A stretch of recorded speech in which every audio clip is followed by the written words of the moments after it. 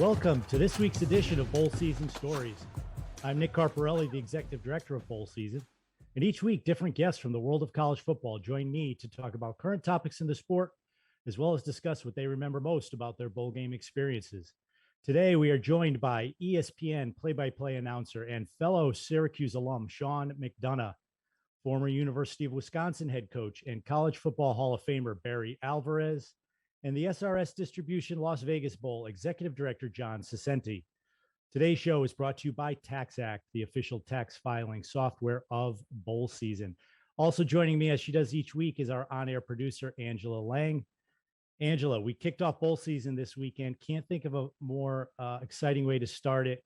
9 games, 5 upsets, and some great moments. And we're just getting started. We are just getting started, and I've enjoyed watching the games. I've also enjoyed following at bowl season on social media because you guys have been on top of it, keeping everybody updated. Nick, I know you had a chance to go out to one of the games, at least one of the games. What's your impression so far of bowl season? Well, I was at the Celebration Bowl in Atlanta on Saturday, and what a great event. It's the only bowl game that features 2 schools that are not FBS institutions, 2 historically Black colleges. Jackson State against South Carolina State. That was one of the upsets. What an atmosphere, 48,000 people. All I could say was like a big party in that building. It was a lot of fun. Oh, that seems like one of the good ones to go to if you're going to get it all started off. And you mentioned we've got a packed lineup of guests today. We want to get right over to our first one of the most versatile voices in sports for ESPN. Sean McDonough has called everything from football to basketball to baseball to now hockey. I really want to know, Sean, what have you not called? It's so great to have you here. Thanks for joining Bowl Season Stories. Well, thanks for having me, Angela and Nick. Good to see both of you. Happy holidays. It is an exciting time of year. And to answer your question, I don't know. There are very few events, I guess, that I would want to do that I haven't had the chance to do yet. Probably the highlight was, as Nick might remember, was you're too young, Angela, the bobsled and luge in the Olympics back in 1992. I remember when they called me and said, you're going to do the bobsled and luge. I was like, well, good luck with that, because I don't know a single thing about it. So that was actually fun. Went up to Lake Placid where the U.S. has their training center for the bobsled and luge teams and met all the people, got coached up a little bit, actually went on a bobsled run and a luge run, which was terrifying and probably something I would choose not to do again. But I just feel blessed that I've had the opportunity to do all these different things and looking forward to doing a big bowl game coming up here soon. Sean, thanks for joining us. We do this every week. We have great guests every week, but it's always a little extra special for me to have a friend like you on. So I really appreciate you joining. I want to start off talking a little bit more about your career. You graduated from Syracuse in 1984. You've been covering sports for almost 40 years now. Probably should have kept that between us, but for almost 40 years. And Angela touched on it. You've covered Major League Baseball, the NFL, college football, college basketball, the Olympics, tennis, golf. Starting this year, you're the lead play-by-play voice of the NHL on ESPN and ABC. It's really hard to be good at any one thing. You've managed to be great at all of those. I know you work really hard at it. Is it fun for you to work all those different sports, or do you ever wish you were just kind of focusing on one of them? No, that's the thing I enjoy most about it. I get asked a lot, what's your favorite sport to call? And I never really give an answer because I don't really have one that's in the forefront of my mind as my favorite. If you ask me during college football season, I'd probably say college football. And then when we get in the Stanley Cup final in a few months, I'll probably say, wow, there's nothing better than the Stanley Cup final. So that's one of the great things about having had the opportunity to work at ESPN, where we are 24/7, 365, sports over a number of different networks and platforms. There's a lot of opportunity there to do a lot of different things. So that's what I've appreciated, I think, about my career more than anything, is just having had the opportunity to do all of it. I grew up, as you know, my dad was a sports writer, so we followed him around all the games and watched him cover all the games. And I grew up being a sports fan and just wanting to do something that would keep me around sports in my professional life. So I've been really blessed that it's turned out the way that it has.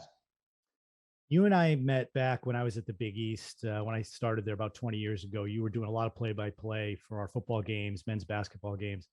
I miss those days personally for a lot of reasons, but in particular, that Big Monday crew, I think might have been the best crew of all time. Jay Billis, Bill Raftery, yourself. It looked like you guys were always having a lot of fun. I know you're all close friends. Tell us about those days working with those two guys. Well, can we tell these sorts of stories on podcasts or?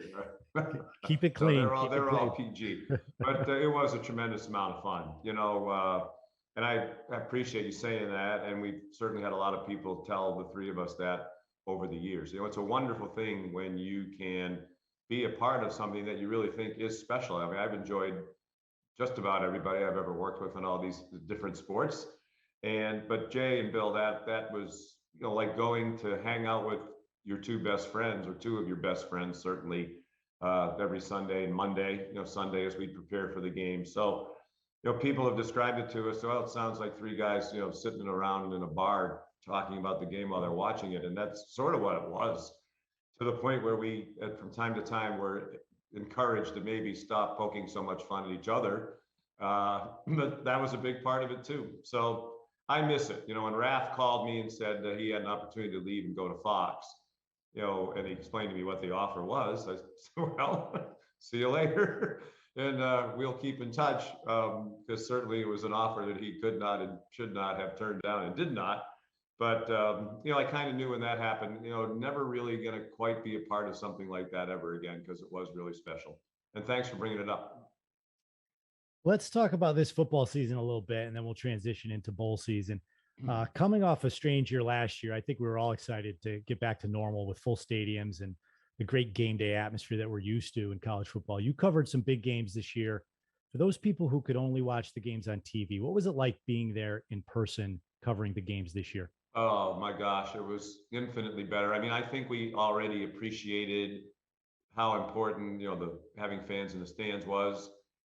Long before they came back this year. I've always said that one of the reasons I really enjoy college football, one of the reasons I wanted to go back to college football when I left Monday Night Football, was the atmosphere. That's a huge part of what makes it special. You feel when you walk into these stadiums. You talked about, you were just at the Celebration Bowl, and I talked to some friends who were there the other day too.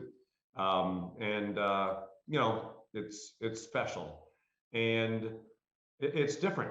There's just the whole week, as to a college football game, the buildup. You get there on Wednesday or Thursday, and there's already the RVs in the parking lot and the flags flying, and people are tailgating, and people plan their whole week around these games. I just appreciate so much that the fans are back, because it was almost painful to call games when, you had to lay out because, well, let's listen to the coaches talking to each other on the sideline, because it was so quiet in the stadium, you could actually hear that, which was interesting. I mean, it was one way, I guess, to sort of make it salvageable without the crowd. I remember Nick and Angela doing the first game last year without fans in 2020, and had Clemson at Wake Forest, and about an hour before the game, you look down on the field, and Dabo Sweeney and Dave Clawson were standing there. There were a bunch of administrators around them, and we were like, what are they doing? And then we realized they were listening to the fake crowd noise coming out of the PA system and trying to agree on what was the acceptable level of the volume level of fake crowd noise. So I'm glad we don't have to do that again. Yeah, and hopefully never again. Hopefully, although it's scary right now, right? I mean, as we're talking with what's going on in the world, you just hope that we're not heading back in that direction. Yeah, keeping our fingers crossed for sure. Well, this podcast is called Bowl Season Stories, so let's talk about bowl games a little bit. You grew up in Boston, as you mentioned, so there weren't a lot of options nearby for you as a kid to go see a bowl game in person back then. What was your first experience with bowl games growing up? Did you watch them on TV? Did you have feel any sense of emotion about them? And then professionally, what were some of the first bowl games you remember working? Yeah, I watched them all on TV. Used to love New Year's Day, right? That was sort of the day, and you'd go from one game to the next, You're a diehard sports fan like me. We'd flop in front of the TV and watch every game all day long. Used to love the Rose Bowl. Thinking how cool that whole atmosphere looked, and having watched the parade and the whole thing. Matter of fact, it's interesting, Nick. I talked to Bruce Cassidy. We're talking about the NHL. Bruce Cassidy is the head coach of the Boston Bruins. And I was getting ready for a Boston Bruins game right after Thanksgiving. And he asked me, do you have a college football game this weekend? And I told him I did, and kind of asked him why. And he said, "I'm a huge Ohio State fan." And I said, "Well, how did that happen?" And he said, "Well, I grew up in Ottawa, and New Year's Day we used to go over to our friend's house and watch TV, and we, seemed like Ohio State was always in the Rose Bowl." And he said, "I loved the helmet decals that they had on the helmets, and I liked the colors, and I liked the whole thing." And he said I was probably 7 or 8 years old then, and even now in his 50s, he's remained an Ohio State fan. So it's interesting how these bowl games and experiences, even as a young kid, have you looking forward to them as an adult. I think I don't know when the first time I went to a bowl game was, to answer the other part of your question. Might have been at Syracuse with the late, great Coach McPherson, who is near and dear to both of us and always will be. But yeah, but one of the fun parts we were talking earlier about my career has been the chance to do, I think I've done almost every bowl game that there is or has been. Some of them are not even in existence anymore. But I look forward to this. It's the culmination of the season. And in our case, our group's going to do the Cotton Bowl here coming up pretty soon, and can't wait to get there and do that. Tell us a little bit more about some of the memories you have doing those bowl games. You mentioned how many you've done, how many different ones you've done. You're in that town and in that community for a couple of days, and every bowl organization is so proud of their game. The community is proud to host the game, and they really kind of roll out the red carpet for everybody involved in the game and try to show you the best of what their community has to offer. Over the years, any memorable moments that stick out to you? Yeah, lots of them, really kind of for the reasons you just said. The people do such a great job running these games. I remember when I was at CBS in the late 90s doing their college football, we had the Sun Bowl. And that group, as you know, Nick, is legendary for its hospitality, and deservedly so. I mean, they had a committee that was basically just the CBS TV hospitality committee. So if we wanted to go play golf, somebody on the committee would say, "Hey, I can take you to go play golf." If we wanted to go to a certain kind of restaurant, let's go. I mean, they just made it fun. They picked you up when you got off the plane. And I remember one of the traditions was they would take the teams and the CBS people across the border into Mexico, and you'd go to a bullfight in a small little, I guess small, I don't know. I haven't been to any other bullfight ring stadium, so maybe it's standard size. I don't know. But you're there. There are a couple of refreshments before they get to the bullfight. And one of the guys on the committee said, "Well, our tradition is that each of the head coaches, the two head coaches and the CBS announcers, go down into the ring and they fight the bull." Which, when they told me the story, I thought that's probably a lot of bull, quite frankly, because I have very little interest in doing that, even with the refreshments. And then they said, "No, it's very safe. They're smaller bulls. They have their horns, or whatever you call them. You can see I'm an expert on this. Pinned back, they taped back. So, okay, we're going to do this." So they look smaller when you're up kind of in the stands. When you actually get down there on the floor and that thing is looking at you, and even though they're small by comparison to perhaps other members of the bull species, they are not small when you're down there. So they teach you how to, they have the red cape, just like you think, and they tell you, just make sure you keep it over to the side because the bull will run through the cape. Don't do this because the bull will run through the cape and hit you. So I got that part down. And after a while, you're kind of feeling like I'm doing a good job with this. The crowd's into it a little bit. But one of the things I didn't realize is I kept backing up. And one time the bull went through the cape and slammed headfirst right into the wall of the arena. He wasn't hurt, or she. Again, I didn't get all the details I probably should have gotten. But clearly, when the bull turned around, it looked at me like, that wasn't good. So I looked at the people, they have like the, whatever they call the assistants who are dressed up in the office.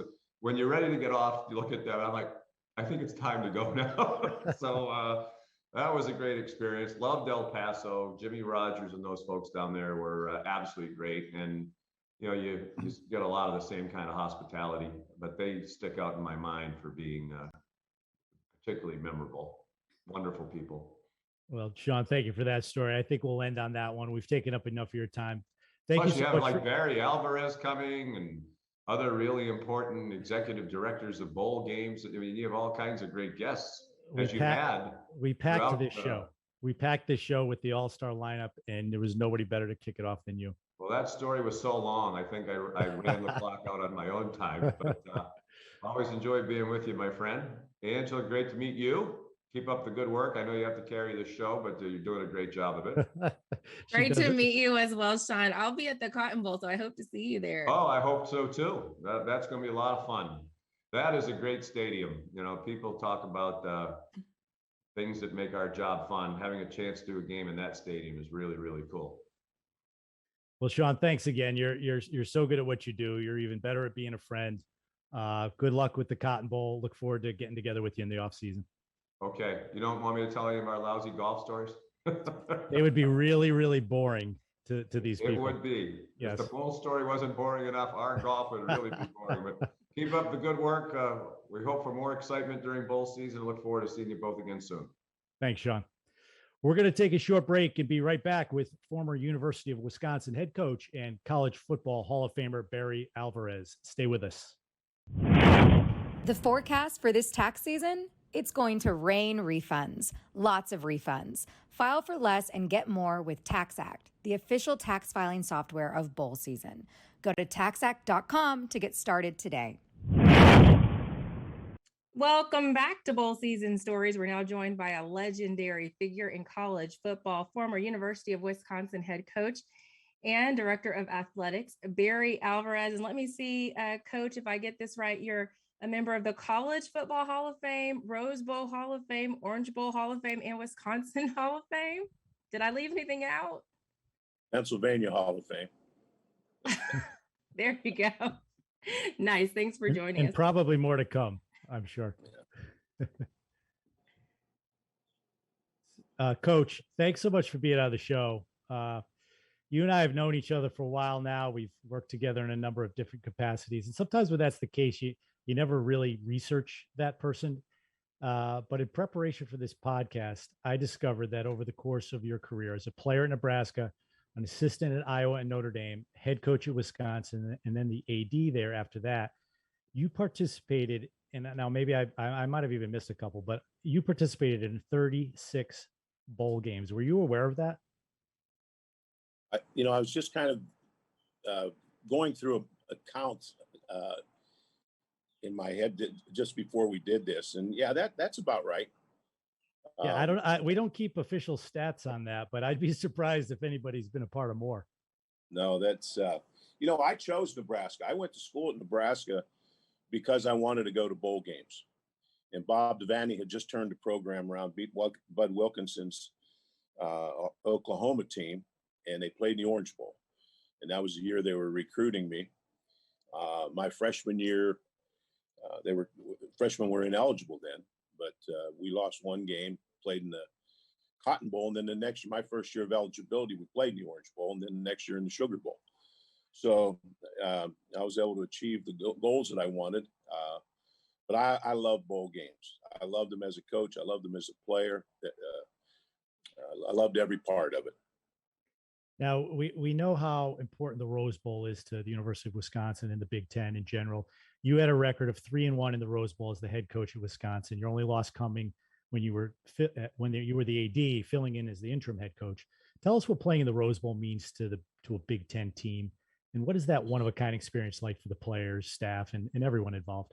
Yeah, the history and tradition of the Rose Bowl goes back so far with the Big Ten, Pac-10, or Pac-12 now, champions playing in it. And every youngster that plays football in the Midwest dreams about playing in the Rose Bowl. And you saw pictures. I remember, you're growing up and you saw pictures of the captains with the Rose Bowl queen in her court. And you remember the parade. I remember as a kid, watching the parade first and then the game.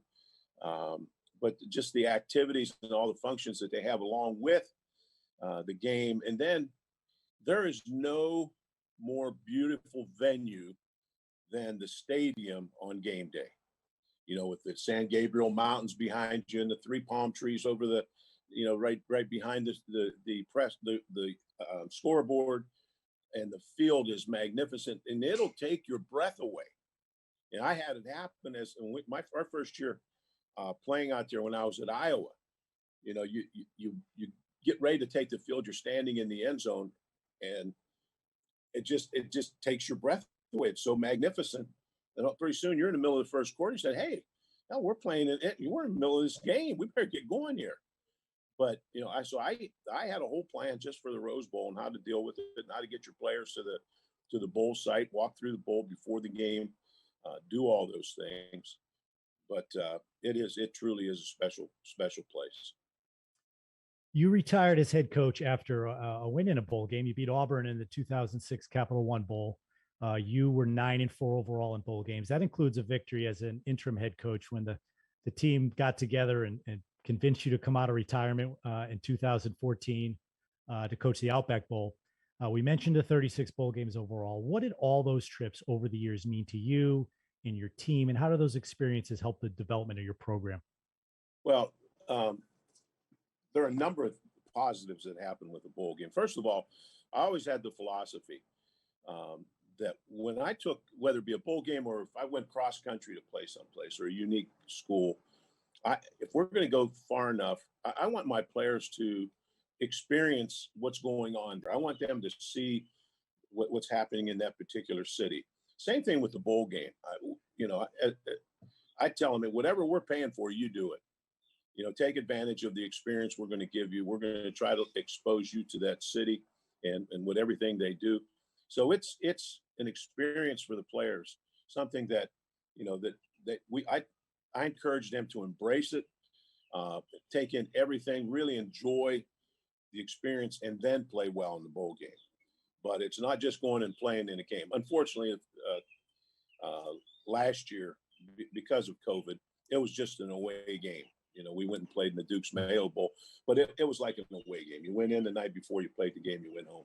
They didn't have a chance to experience anything, but we're back to normal now. And Paul, I know, and Brett, when he was with me, they all did the same thing. They felt it was an experience for the players, and we made a big deal out of it. Yeah, we've had a lot of great guests on this podcast, and we talked to all of them about those unique experiences. You know, these bowl opportunities. You know, I think the average fan might turn on the bowl game and they see the game for 3 hours and they think it's just like every other game. But your team's getting in there, 4, 5, 6 days before the game and really experiencing a community, a part of the country that they may never have experienced before. Talk about how unique each bowl experience is, and are there any memorable moments that you have over the years at those games? Yeah, everyone has a special experience because every city offers different things, and whatever they offered, if it was eating seafood at the Sugar Bowl or eating their different types of cuisine, which you're not accustomed to in the Midwest, you want your players to experience that. If it's deep sea fishing at the Orange Bowl, or if it's going to Jai Alai at the Orange Bowl, if it's, whatever it might be, whatever that community offers, going to see where the floats were made at the Rose Bowl and see, all the intricacies of the petals and the flowers and how they do it, and going to Lowry's, to have their famous steak dinner or prime rib dinner, where you compete with the other team. All those little things. Everyone has something a little different, and I wanted my guys to jump in with both feet, and then you always have different contests. I remember we were playing in Tampa at the Outback Bowl against a very good Georgia team. And we were out on the beach and they had a pie eating contest, a key line pie eating contest. And I had a rule with my guys, when we had a contest, I want to win everything. I just want to be accustomed to winning whatever you're doing at a bowl game. So the pie eating contest, I'd go get some of my scout team offensive linemen, some 320 pounders. They aren't going to play in the game until they have to win. They have to win this contest. So, those are just some of the fun things that you do. Yeah. Do you have a favorite bowl game you've been to, or you may not want to pick one? How about a game that, you weren't sure what to expect, and then after the experience, you went home and you said, wow, that was pretty cool. That was a lot different or a lot better than I expected. I have to say, I loved all of them. But my first Rose Bowl at Wisconsin, I had been at two when I was at Iowa. We didn't do a very good job in prep. And we played, one year we played against the Don James coach team at Washington. Don always really, and he was going pretty regular, and he had a real nice, his preparation, the time that they were there. And back then no one had indoor facilities. So we went out very early, and I'm watching, we're getting our guys up. Hayden had our guys up at 7:30 for breakfast, and have a big breakfast, then go practice and then meet, and then hurry up and jump on a bus and go to Disneyland, go to Knott's Berry Farms, go someplace. We wore our kids out. And I'm watching what Washington's over. They're in Anaheim. They have no hours. Every 4 guys have a car. And so they're running, they're having a blast. We reported on the 17th. We were out there like 2 full weeks before the game. And they're having a blast. And the week of the game, they came to Pasadena. And then now those guys are worn out. Now they can focus on the game. Their practice, was in the afternoon. It was all game prep, and they were really zeroed in. So I studied that, and I used that plan, a modified plan, when you went to a bowl game for whether it be a week or 6 days, 5 days, whatever, and just modified that plan. Coach, do you miss coaching? And what do you miss the most about it? I miss the interaction and being with the players. I miss big games. I miss winning games. I don't miss the stress, but I love the interaction and relationships with the players and your coaches. Yeah, you certainly don't miss the losing games. Nobody misses those. No. Fortunately for you, Coach, you didn't lose too many of them. Wisconsin's in the Las Vegas Bowl this year against Arizona State. What do you think of that matchup? I think it'll be a good matchup. I think they're excited about it. First time they've had a Big Ten school in there. Mm-hmm. Our guys are excited. Anytime the weather now in Vegas may not be what our guys are anticipating. It's not going to be Florida weather, but it's going to be a heck of a lot warmer than it would be back in Madison. And most of our players probably have never been to Vegas. So again, it's going to be a good experience. I like the matchup. 2 teams. We played Arizona State probably 10 years ago, maybe 8 years ago. And, got a lot of respect for that team. And Herm Edwards is doing a nice job there. So I think it'll be a good game. It'll be a fun place for our guys, and playing in a new stadium, new pro stadium. So it should be a good experience for them. Well, Coach, we've taken enough of your time. Thanks so much for being on the show. You've been a good friend to me over the years. I know you're retired now. Enjoy yourself. You've earned that, and hope to see you soon. Okay, Nick, always a pleasure. We're going to take a short break and be right back with the SRS Distribution Las Vegas Bowl Executive Director, John Saccenti. Stay with us. Bowl season is finally here, and with Bowl Season Radio, you'll be able to keep up with all the action. Bowl Season is teaming up with First Team Ventures to provide live national radio play-by-play coverage for 18 college bowl games this season. Bowl Season Radio will give college fans the opportunity to stay dialed in to college football's postseason, whether they are driving cross-country or staying close to home.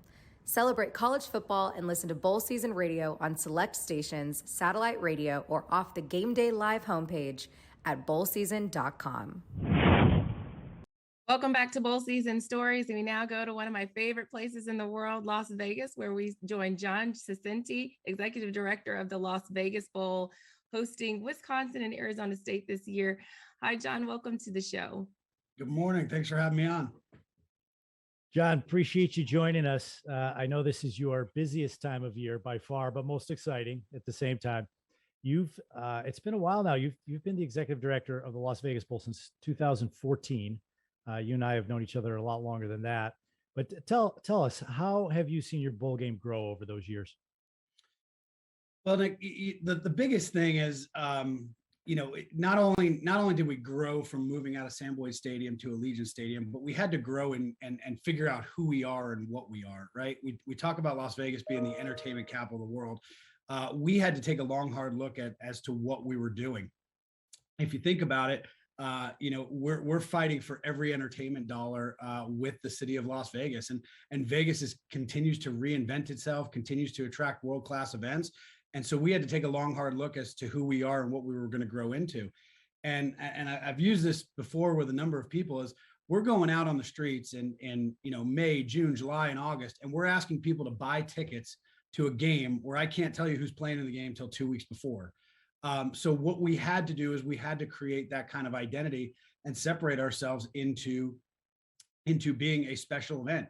And everything that we did and everything that we tried to do to grow the event was to make sure that we took a look at what was going on at regular season home games. What did Wisconsin do at home games? What did Arizona State do at home games?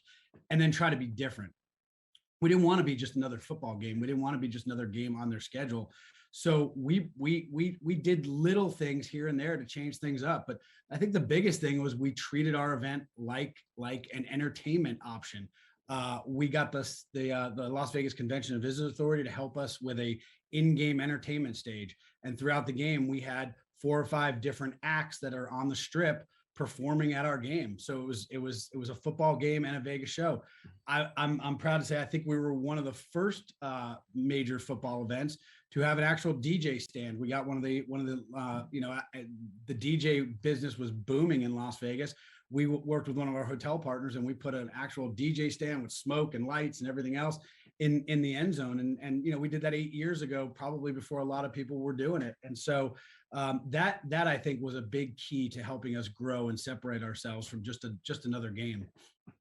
You mentioned the transition to Allegiant Stadium. Your game's been around for almost 30 years now, and it's evolved steadily over that time. But obviously, a big change this year, moving into Allegiant Stadium for the first time, home of the Las Vegas Raiders. How excited are you and all the supporters of Las Vegas for this move? Well, I spent the last year not being excited, to be honest with you. I spent the last year panicking and freaking out because we're moving from a 36,000 seat venue to a 65,000 seat venue. We're moving from, out in the boonies where we had plenty of space to do whatever the heck we wanted with grass fields and parking lots and everything under the sun to being in a pretty tight space right off of the Las Vegas Strip. So for the last year or so, there was anything but excitement. We were figuring out how we're going to sell these extra tickets. How are we going to, price the sponsorships accordingly. But now that it's here, it's pretty exciting. Now that you have an opportunity to walk through Allegiant Stadium, you know how spectacular it is. The location's phenomenal. The building's phenomenal. And I've now experienced events in there with a sold out crowd and a full crowd. And so it's become incredibly exciting. The big thing too is a couple of years, actually it's been a little over 2 years now when we announced our new conference affiliation. We have one of the more unique conference affiliation deals in the bowl world. We do have 3 conference partners, and so the Pac-12 is our anchor partner that we have all 6 years of our conference agreement, and then we rotate the Big Ten and the SEC each year. So it gives us a little bit of fresh feel, a little bit of a different feel, and gives us a little bit of flexibility as we're going through. So we're now in the home stretch, and we're now super excited to finally get this game up and running in Allegiant. On a personal level, you've worked in minor league baseball, minor league hockey, as well as in the original XFL. What did you learn from those early experiences that has helped you with the Las Vegas Bowl?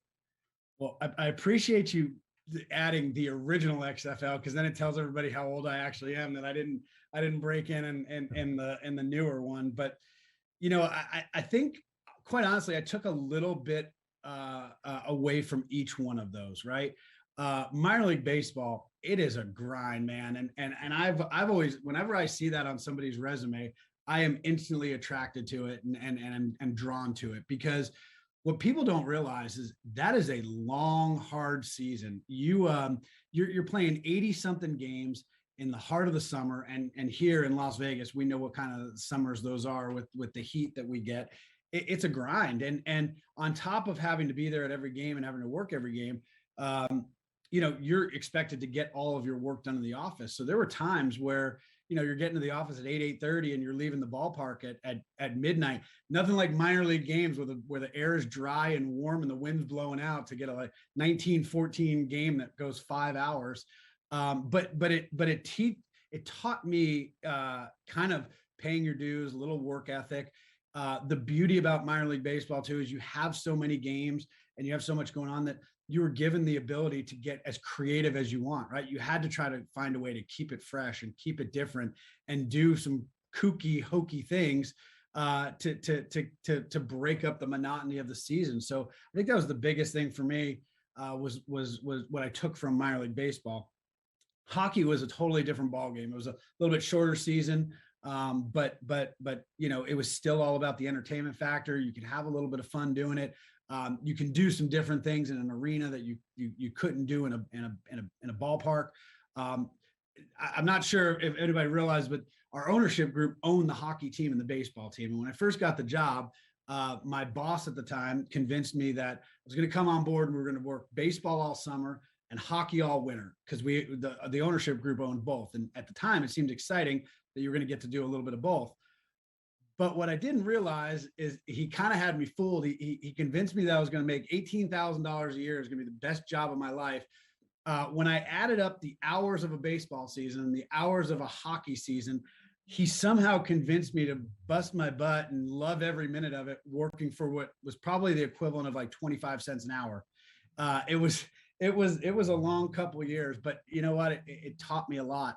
The XFL that you mentioned, I think that was one of the most transformative points in my professional career.